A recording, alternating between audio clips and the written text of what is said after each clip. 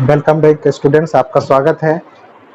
जैसा कि अभी हम लोग एसबीपीडी पब्लिकेशंस का exercise not for profit organisations का सॉल्यूशंस देख रहे हैं कंसेप्ट्स के थ्रू, जिससे कि आपको जब सेल्फ सॉल्व करेंगे तो निश्चित रूप से मदद मिलेगी। तो इसी प्रोसेस को कंटिन्यू रखते हुए आज हम लोग 22 क्वेश्चन नंबर 22 को हम लोग आज देखेंगे solution. Question number 22 what is given in question number 22, चलिए देखते हैं। Here from the following receipts and payments accounts given below, receipts and payment दिया हुआ है, prepare the income and expenditure account of Kilin Delhi Club for the year ended 31st March 2018। हमको income and expenditure account बनाने बोला गया है, receipt payment दिया हुआ है। रिसीट पेमेंट 31 मार्च 2018 को समाप्त होने वाला ईयर के लिए दिया गया है। Debit side receipt, credit side payments है। रिसीट्स में ओपनिंग बैलेंस है, कैश इन हैंड का, फिर सब्सक्रिप्शन है, एंट्रांस फीस है, डोनेशन है, रेंट फॉर हॉल है, सेल ऑफ इन्वेस्टमेंट है। पेमेंट साइड में salary, rent, electricity, taxes, print and stationery, sundry expenses, books purchase, government bonds purchase, by fixed deposit with bank on 31st March 18, by balance दोनों है, cash balance और bank balance. और adjustment में कोई information नहीं है, question receipt payment तक ही सीमित है और उससे हमको इनकम एंड एक्सपेंडिचर बनाने के लिए पूछा गया है। तो आइए फॉर्मेट पहले रेडी कर ले इनकम एंड एक्सपेंडिचर अकाउंट का। Income and expenditure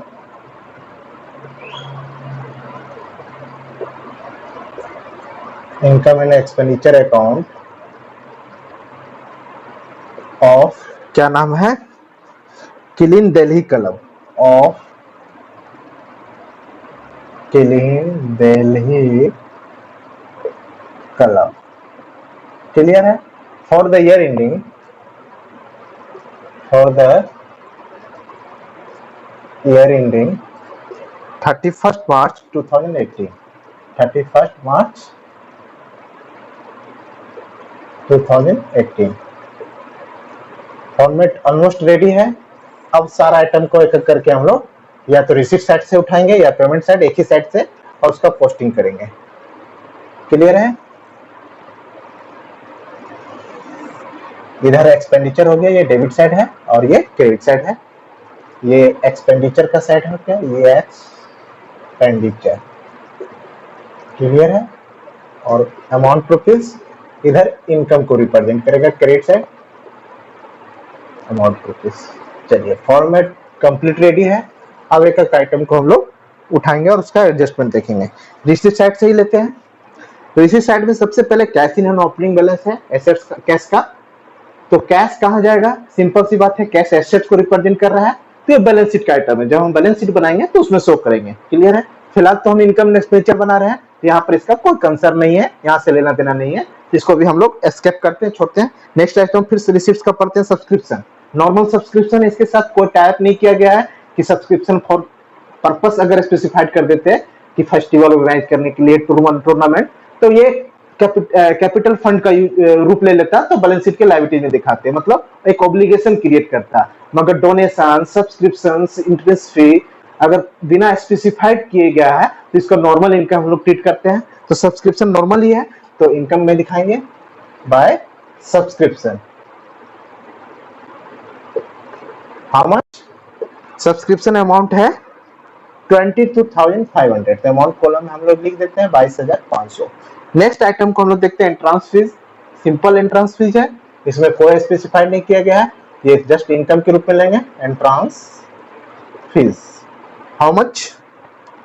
1250, 1250। Same way में डोनेशंस भी स्पेसिफाइड नहीं है, कोई पर्पस इसके साथ नहीं जोड़ा गया है। पर्पस जोड़ देता है, जैसे donation for festival, donation for tournament like, तो क्या करते हैं उसके साथ एक ऑब्लिगेशन क्रिएट हो गया कि उस पैसा को हम लोग टूर्नामेंट में ही खर्च करेंगे, या फेस्टिवल, होली फेस्टिवल खेलने के लिए है, चाहे मोहर्रम खेलने के लिए, तो उस फेस्टिवल पर ही उसका यूटिलाइजेशन होगा। तो उस केस में उसको हम लोग फिलहाल ऑब्लिगेशन क्रिएट कर रहा है, तो बैलेंस शीट के लायबिलिटी में दिखाते हैं। मगर यहाँ पर सिंपल डोनेशन है, तो सिंपल इनकम के रूप में हम लोग इसको मान लेंगे by donations. How much amount है 2500, तो अमाउंट कॉलम में लिख देते हैं 2500। सेम वे में rent of hall, simple rent है तो इसको भी इनकम मान लेंगे, रेंट ऑफ हॉल, ठीक है। हाउ मच 750, कोई दिक्कत नहीं, सिंपल रेंट इनकम है। सेल्स ऑफ इन्वेस्टमेंट, रिसिप्ट में तो सेल्स ऑफ इन्वेस्टमेंट है, ये सिंपल सेल्स इनकम का रूप नहीं है। हम एसेट्स को बेच रहे हैं, क्योंकि इन्वेस्टमेंट एसेट्स है तो एसेट्स को बेच रहे हैं, तो एसेट्स में बैलेंस शीट में इसको डिडक्ट करेंगे, है ना। मगर चूंकि हम इनकम एक्सपेंडिचर बना रहे हैं तो ये इनकम नहीं है, एसेट्स का बिक्री है। नॉर्मल गुड्स का बिक्री रहता है तो उसको इनकम मान लेते हैं, मगर ये एसेट्स का बिक्री है तो इनकम नहीं है, बैलेंस शीट का आइटम है। बैलेंस शीट में जब एसेट साइड में इन्वेस्टमेंट जितना से बेचा गया उतना से घटा दिया जाएगा। तो फिलहाल इनकम एक्सपेंडिचर में इसका जगह नहीं है, यहाँ इनकम एक्सपेंडिचर रहता तभी दिखाते हैं, तो ये इनकम नहीं है, एसेट्स का बिक्री है। तो रिसीट साइड का सारा ट्रीटमेंट हो चुका है। अब हम लोग आते हैं come to the payment side. पहला आइटम सैलरी, नॉर्मल सैलरी खर्चा है, सैलरी दे रहे हैं स्टाफ को, to salary. How much amount given है 1500, 1500 पेंशन कर दिया अमाउंट कॉलम में। सिंपली रेंट है, कोई बात नहीं, रेंट देना है, कितना देना है 800, अमाउंट कॉलम में मेंशन कर दिए। सेम वे में इलेक्ट्रिसिटी कुछ खर्चा आ गया है, कोई बात नहीं, इलेक्ट्रिसिटी कितना है 3500, अमाउंट कॉलम में इसको भी मेंशन कर दिए। सेम वे में टैक्सेस है, कुछ टैक्स देना है, सिंपल खर्चा है, प्रत्येक वर्ष देना पड़ता है, रेकरिंग नेचर का है, इसलिए यहाँ प्रत्येक एक पचाने का और तरीका है, जो प्रत्येक वर्ष खर्चा हो वो रेकरिंग नेचर है तो वो एक्सपेंडिचर का ही रूप जनरली होता है। फिर printing and stationery, day to day खर्चा है, print and stationery. How much 380, amount column में मेंशन कर दिए। फिर नेक्स्ट है सैंडरी एक्सपेंसेस, कुछ खर्चा को मिला के सैंडरी एक्सपेंसेस बोला जाता है, वो भी डे टू डे खर्चा है, सैंडरी एक्सपेंसेस। हाउ मच अमाउंट है, अमाउंट गिवन है 920, इसको भी अमाउंट कॉलम में मेंशन कर दिए। सेम वे में बुक्स परचेज है, बुक्स परचेज है, यहाँ पीरियडिकल न्यूज़पेपर नहीं है, याद रखिएगा बुक्स है। बुक्स किसको रिप्रेजेंट करेगा, क्योंकि बुक्स बार बार नहीं खरीदा जाता है, बुक्स का उपयोग एक साल के अंदर ही सीमित नहीं होता है, इसका उपयोग एक साल के बाद भी हम लोग कर सकते हैं, ठीक है। तो इसका मतलब ये एसेट्स को प्रेजेंट करेगा, इसको बैलेंस शीट के एसेट में दिखाएंगे, फिलहाल एक्सपेंडिचर का रूप नहीं है। हाँ, पीरियडिकल परचेज होता है, न्यूज़पेपर, न्यूज़पेपर इवन एक दिन के बाद नेक्स्ट डे कोई पढ़ना नहीं चाहता है तो सिंपल एक्सपेंडिचर में लोग दिखा सकते थे। बुक्स रेकरिंग नेचर का नहीं है, एक बार बुक खरीदेंगे तो उसकी फायदा सालों साल तक मिलते रहेगा, तो एसेट्स को रिप्रेजेंट करेगा, तो बैलेंस शीट बनाते तो एसेट में शो करते, तो फिलहाल हम लोग यहाँ इसको एस्केप करेंगे। फिर नेक्स्ट गवर्नमेंट बॉन्ड्स परचेज है, गवर्नमेंट बॉन्ड कहीं इन्वेस्ट किए गवर्नमेंट बॉन्ड, ये भी एसेट्स का रूप ले लिया, बैलेंस शीट में जाएगा, सेम वे।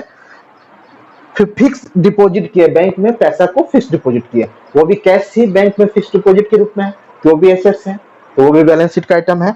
नेक्स्ट दिया है, दो ठो बैलेंस दिया है, बैंक का बैलेंस और कैश इन हैंड और कैश एट बैंक, कोई दिक्कत नहीं, वो भी एसेट है, बैलेंस शीट का आइटम है।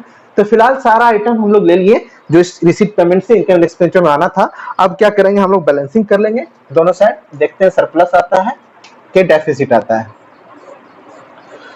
क्रेडिट साइड ज्यादा है, देखने से ही पता चल रहा है, तो क्रेडिट साइड का टोटल कर लेते हैं। 0 5 5 10 के शून्य हाथ में 1 6 और 2 8 8 5 13 13 और 7 20 के शून्य हाथ में 2 2 2 4 1 5 5 और 2 7, फिर अगेन 2 27,000 आ रहा है। अब इसमें से क्या करेंगे, ये सारे जोड़ के घटाएंगे। अब जोड़िए 0 0 0, तो लास्ट में भी एक 0 पुट करेंगे, इसका मतलब 8 और 2 10, अगेन 0 हाथ में 1 है, 6 8 14 5 19 7 26 26 3 29 29 8 हो गया आपका, 29 8 हो गया 38 38, मतलब यहाँ 2 हम लोग को पुट करना होगा, तब होगा एक 0 आएगा, हाथ में 40 हाथ का 4 4 1 5 5 3 8 8 1 9 9 हो गया, मतलब 18,000, तो 27 हो जाएगा। तो ये आपका 18,200 आया, ये सरप्लस है, इसको सरप्लस लिखिए या एक्सेस ऑफ